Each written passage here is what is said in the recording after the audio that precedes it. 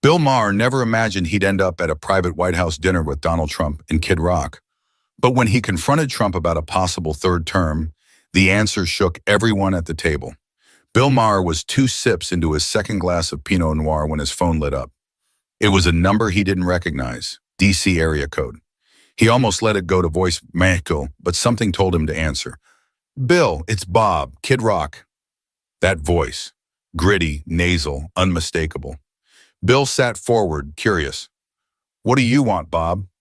Dinner, at the White House. Trump wants you there, just a few of us. Dana White's coming too. Maher laughed, thinking it was a joke. But Bob was dead serious. Wait, you're saying Trump wants me at a private dinner? Yeah, I told him it'd be good for the room. Tension, different views, whatever. Just come, man. You'd be surprised what happens when people sit down and break bread. Bill was stunned. Everything about this felt wrong. And yet, a part of him, that same curious instinct that's made him a career contrarian, whispered, go. He didn't answer right away. He asked for the date, told Bob he'd think about it, and hung up. Then he sat alone in the quiet of his LA home, wrestling with a decision most people would never even have to entertain. Bill wasn't scared. He'd argued with tougher people than Trump. But the optics, the audience backlash, he could already picture the headlines. But what if something good actually came of it? What if, for once, people from opposite ends of America's great divide talked, not on TV, not behind podiums, but around a table? 3 days later, he stepped off a flight at Baltimore Washington International and slid into a black SUV bound for Pennsylvania Avenue. The driver didn't speak. Bill didn't need him to. When they pulled up to the White House gate, a cold gust of reality blew through the open window. He rolled it up. A staffer greeted him and led him through security.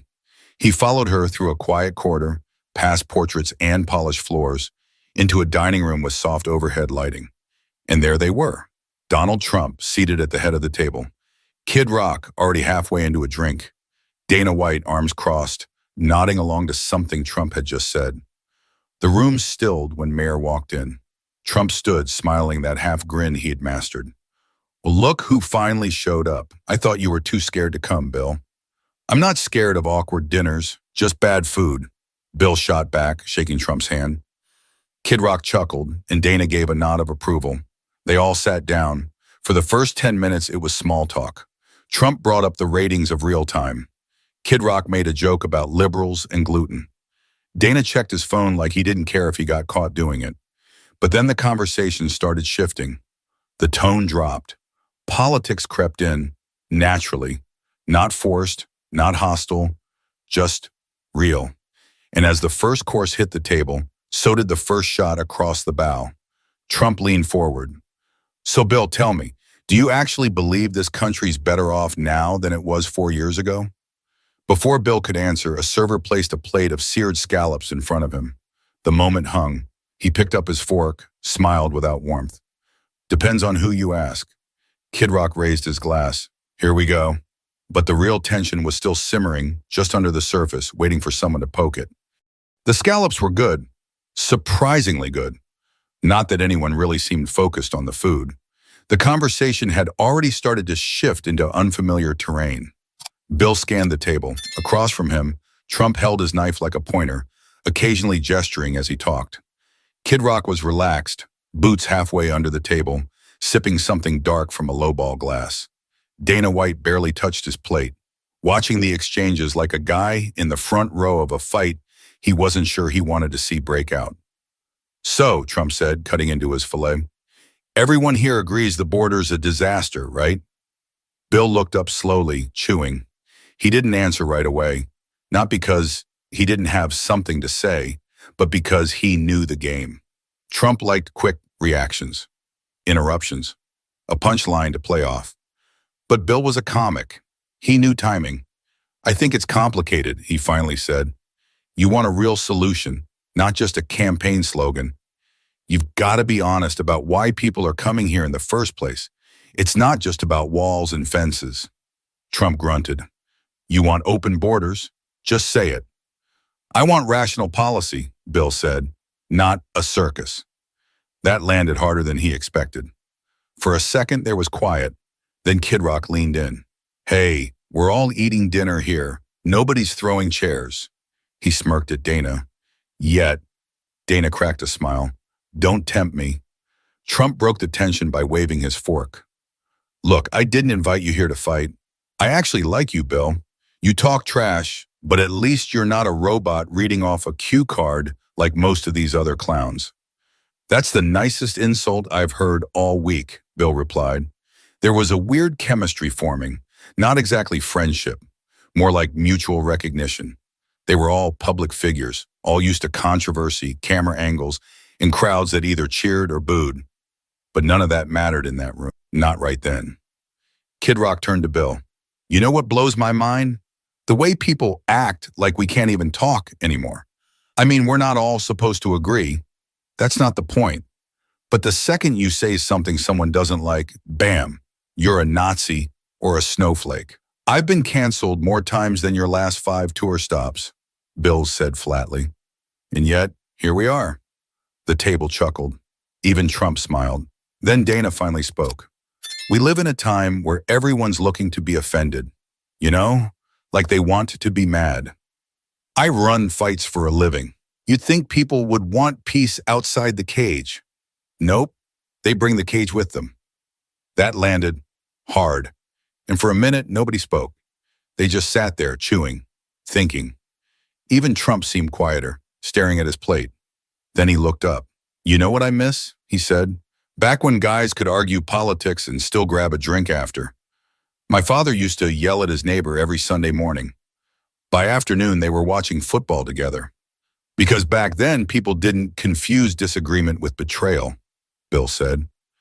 Trump tapped the table. Exactly. It was surreal, this moment of accidental agreement. A liberal comic, a conservative ex-president, a wild rocker, a fight promoter, all finding common ground, not over policy or politics, but over something bigger.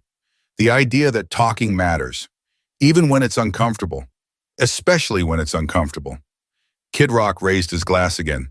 To conversations people swear we're not supposed to have. Everyone clinked glasses, even Bill.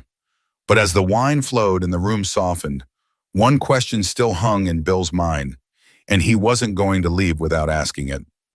The second course arrived, roasted duck with sweet potato mash, glazed in something Bill couldn't identify but liked anyway. By now, the formality had thinned out. They weren't stiff anymore. They were just 4 guys at a dinner table with too much history, too many headlines between them, and just enough respect to not start yelling. Trump wiped his mouth with a linen napkin. Let me ask you something, Bill. Be honest. What's your issue with me? Not the showbiz stuff, the real deal. Off the record. Bill leaned back slightly. He wasn't surprised by the question. He had expected it at some point. You bulldoze the truth, he said. You say things you know aren't always real, but your people believe them. That's dangerous. Trump nodded, almost thoughtfully. And the media doesn't do the same to me? Kid Rock jumped in before Bill could answer. Look, I ain't trying to referee, but let's not act like mainstream anything isn't picking sides these days. Everyone's selling something. Dana leaned forward. It's not just media. It's everything now. Schools, sports, companies.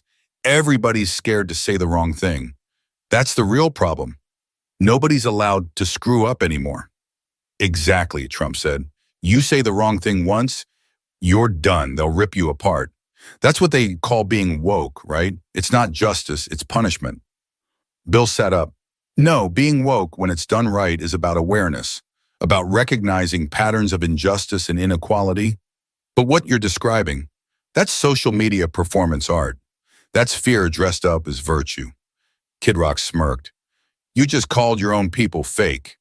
I called everyone fake, Bill shot back. That's the era we're in. Left, right, middle, doesn't matter. We're all playing roles now. Half the time, I don't even know who's being real anymore. The room grew still. Not tense, just still. Because even the most cynical among them couldn't deny the truth in that. Trump pushed his plate forward, folded his arms. So what do we do about it? Bill shrugged. We start by admitting we're all full of crap sometimes. Then maybe we listen a little more than we tweet. Dana nodded. That's rich coming from the guy with one of the most sarcastic shows on TV. Bill smirked. Sarcasm is a coping mechanism. Try sitting through 3 years of cable news without it. Kid Rock chuckled, low and slow. Fair. Trump narrowed his eyes at Bill. You ever think I'm right about anything? There it was, the real question. Not for laughs, not for ratings, just a man, ego in check for a rare second, asking someone he considers an adversary if he sees any value in what he's done. Bill didn't rush to answer. Yeah, he finally said, I think you nailed something about immigration. People want borders, they just don't want cruelty. You pushed it too far, but you weren't wrong that a country needs structure. Trump didn't smile. He just gave a slow nod. You're not who I thought you'd be, Bill added. Still don't trust you, but I get why people do. Kid Rock looked between the two of them. This is like watching a bald eagle fist bump a vegan, he said. Weird as hell, but kind of beautiful. They all laughed. Then Dana stood and stretched. I need air. Gonna hit the balcony for a sec. Trump stood too. Let's take a walk. I want to show you something. They pushed back from the table. The staff began clearing the plates as the group headed toward the hallway. But what Trump wanted to show them wasn't some historical painting or new piece of decor. It was something far more symbolic. And the conversation was about to get a lot more personal. They stepped into the hallway, quiet except for the muted click of their shoes on polished floor. A faint light led them through the east wing as a staffer trailed several paces behind, saying nothing. Trump was in front, hands clasped behind his back, walking with that deliberate stride, half showman, half general. He didn't say where they were going, he just walked, and the others followed. Eventually, they stopped in front of a set of heavy white doors. 2 guards stood to the side. Trump turned slightly and nodded toward them. Lincoln bedroom, he said. You've all seen pictures. Never seen it in person, have you? Nobody answered, but no one had to. He opened the doors himself. The room was dim, lit by one tall lamp in the corner and a subtle wall sconce above the bed. In the center was a thick mahogany desk behind a red velvet rope. Framed under glass on the wall, the Gettysburg address, handwritten. The air felt heavier in here. Bill stepped forward, slowly. So this is where Lincoln slept, huh? Trump stood near the door, hands in his pockets. I like to bring people here when I think they need to remember something. Bill turned. And what's that? Trump looked at him directly, that even the greatest presidents were hated while they were alive. There was no punchline, no smirk, just that sentence, sitting in the air like smoke. Dana crossed his arms, glancing at the wall. Kid Rock stayed near the back, oddly quiet. That's true, Bill said. Lincoln was called a tyrant, a clown. He tore the country apart to save it. Trump nodded. Sound familiar? Bill didn't answer. He just looked at the desk, then back at the framed speech. That's when it happened. You thinking of running for a 3rd term? Bill asked, voice low but direct. The room shifted. Dana blinked. Kid Rock stiffened slightly. Trump didn't flinch. He stepped forward, slow and steady, until he was standing just across from Maher. I'm thinking a lot of things, he said, but we'll see how strong the country is by the time we get to that bridge. That's not a no, Bill replied. Trump leaned on the bedpost, his voice quieter now. They said I couldn't win once. I did. Then they said I wouldn't win again. I will. After that, who knows? Kid Rock spoke for the first time in minutes. If the rules get changed, someone's going to change them. That's how it works. Bill shook his head. But democracy only works if people respect the rules, even when they lose. Trump met his eyes. And what if the game's rigged then? No system's perfect, Bill shot back. But undermining it because you don't like the outcome, that's how democracies break. Dana turned slightly. It's a slippery slope. One guy decides the rules don't apply to him. Eventually, nobody plays fair. Trump gave a dry smile. Maybe we've been playing fair too long. That's why we're losing. For a second, nobody knew what to say. Then Bill stepped forward, breaking the silence. You know what the difference is between you and Lincoln? Trump raised an eyebrow. Go on. Lincoln wanted to hold the country together. You want to win it. Trump didn't argue. He just looked back at the Gettysburg address behind glass. The words written in Lincoln's hand. The ones etched into history by a man who'd never seen Twitter, never made a campaign hat, and never tried to trademark the word truth. That speech, Bill said, nodding at the wall. It's 271 words, no ego, no slogans, just the basics. Maybe it's time we go back to that. Trump said nothing. Kid Rock clears his throat. I need a drink. They all chuckled nervously, but the tension didn't really lift. Trump turned back toward the hallway. Come on, let's finish the tour. But even as they walked out, the air didn't feel the same, because something unspoken had been planted, and it wasn't going away anytime soon. The group moved back through the corridor, this time slower. It wasn't the kind of silence that demanded attention. It was the kind that lingered, heavy, like they were all privately unpacking what had just happened in that room. Trump didn't speak for a while. He led them through a side hall into a quieter part of the residence, past portraits of presidents most Americans forget on tests. The kind of hallway tour guides don't cover. Finally, Trump broke the silence. I don't hate you, Bill. You know that, right? Bill looked over, unsure whether to laugh or take it seriously. You're hard to hate back when you say things like that. Then you tweet, and it all unravels. Kid Rock let out a single dry laugh. Dana stayed a few steps behind, arms crossed, clearly still chewing on the third-term talk. Trump stopped in front of a window overlooking the south lawn. You ever stand up here at night and look out over this? He didn't wait for an answer. It doesn't feel real at first. It hits you in waves what this place is, what it does to people. Maher stepped closer, looking out. So why'd you invite me tonight? Really? Trump hesitated. Then, because I don't want to just talk to people who clap. Bill raised an eyebrow. You could have fooled me the last 6 years. Trump nodded slightly. Yeah, well, everyone plays a role. They stood there side by side. A late-night breeze rustled the hedges below. Somewhere in the distance, a helicopter thumped softly overhead. I don't think we'll ever agree on the big stuff, Bill said. But I can't lie, this night, it's different. Kid Rock walked up beside them. I told you, man, you get in a room with someone, look them in the eye. It's not the same as trash talking from behind a mic. Bill turned. You think this'll change anything? Kid Rock shrugged. Don't have to, but it proves something. People can argue without burning each other down. That counts. Dana walked over now too. The public wants blood. Online, on stage, on every channel. But maybe people are starting to burn out on all the noise. Trump leaned against the window frame. They are. I feel it. Even my base, they're still loyal, but they're tired. Everyone is. It's like the whole country's holding its breath and doesn't know when to exhale. Bill glanced around the group. So now what? We post a selfie and call it unity? Trump shook his head. No cameras, no statements, no fake smiles. Just this.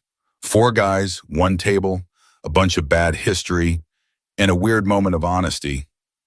They all nodded. For a long moment, they just looked out into the dark. Bill pulled out his phone, not to take a picture, but to check the time. It was later than he thought. He had a flight in the morning. The studio would be expecting him back. Kid Rock stretched. All right, I'm tapping out. That duck put me in a coma. Trump smiled faintly. Thanks for coming, Bob. Kid Rock walked off, hands in his pockets. Dana followed, offering a quiet nod to the others before disappearing down the hallway. Bill lingered. Trump didn't say anything else, just looked out, like he was watching something in the trees that only he could see. Then Bill said, I'll give you this. You know how to keep people guessing. Trump smirked. That's half the job. They shook hands. Nothing dramatic, no cameras, no announcement, just 2 men who had said too much to say nothing at all. Bill turned and walked back toward the main hall, the sound of his shoes echoing softly behind him. But as he exited the building and stepped into the night air, he realized something. The strangest part of the evening wasn't what was said. It was how human it all felt. The car was warm, quiet, no music, just the low hum of the engine and the occasional shuffle of leather as Bill shifted in his seat. He looked out the tinted window at the streets of Washington. Empty sidewalks, red lights blinking above still intersections. The city felt less like the capital and more like the backdrop of a long, strange dream. The driver didn't speak. Bill appreciated that. He wasn't ready to explain anything, not even to himself. He stared straight ahead, trying to process it all. The table, the talk, the Lincoln bedroom, Trump's non-answer about a third term, and the way it had all felt more real than expected. He opened his notes app just to write something down before the moment slipped. The scariest thing tonight wasn't the answers. It was how easily the conversation happened. The laughter, the agreement, the silence. He stared at the sentence for a while, then locked the phone. Back at the hotel, the lobby was empty except for a tired front desk clerk pretending not to watch YouTube behind the counter. Bill gave a faint wave and headed straight for the elevator. Inside the room, he kicked off his shoes, loosened his tie, and sank into the chair by the window. He could still hear Trump's voice, like it hadn't fully left the air around him. What if the game's rigged? That line stuck, because no matter where you sit on the spectrum, whether you wear red hats or roll your eyes at them, there's a creeping thought that maybe the whole system is frayed, not broken, just exhausted. He leaned back and closed his eyes. Kid Rock had said something too, something Bill hadn't really absorbed in the moment. You can only yell across the aisle for so long before you forget what your own voice sounds like. Yeah, he thought about his own audience, the ones who cheered every time he skewered someone, the ones who didn't want nuance, who wanted victory, not conversation. And then he thought about Trump's people, fiercely loyal, angry, tired of being talked down to, different sides, same fatigue. What had this dinner been, really? A stunt? A gesture? Or maybe just a weird pause in the shouting? A four-man timeout from the circus? Bill reached for the remote, then stopped.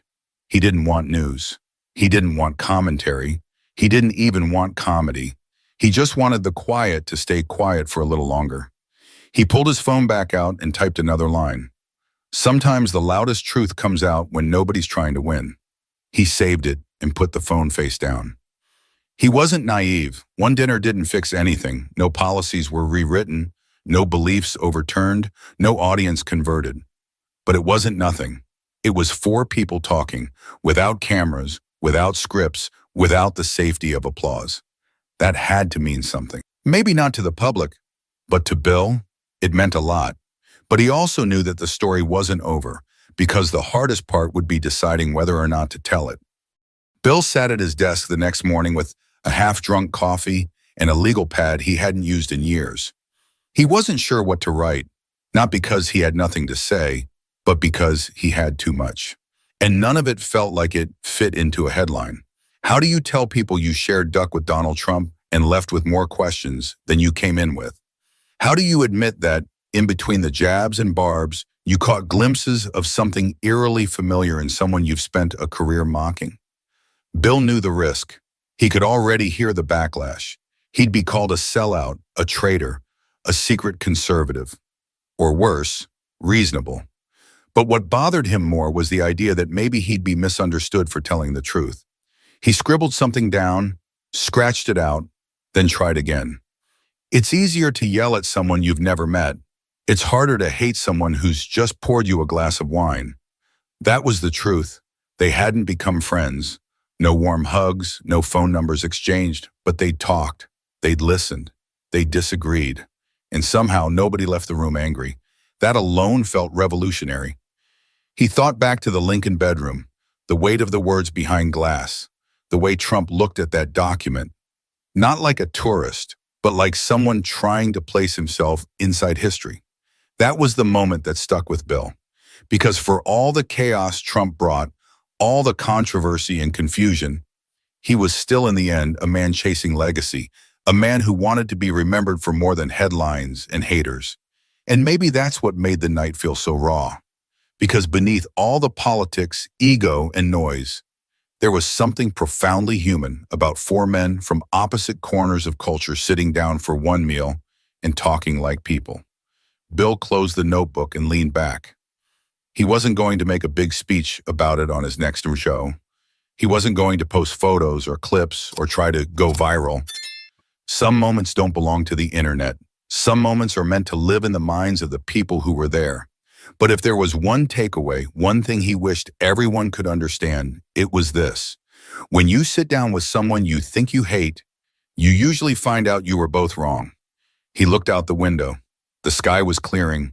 The noise was already returning. Emails, texts, headlines. the same old grind. But for just a second, he held onto the silence of that room, the weight of the Gettysburg Address, the absence of applause, the strange sense of peace that came from no one trying to win. He picked up his pen and wrote one last line. You don't have to agree with someone to understand them, but you do have to sit down and listen. And maybe that was the whole point of the dinner. Not to change minds, not to rewrite the world, but to remind us that beneath the noise, we're still capable of something simple, something forgotten. Conversation. If that's something you believe in, if you're tired of the screaming and starving for the quiet truth, then hit that subscribe button, because the only way forward is together, even if it starts around a strange dinner table.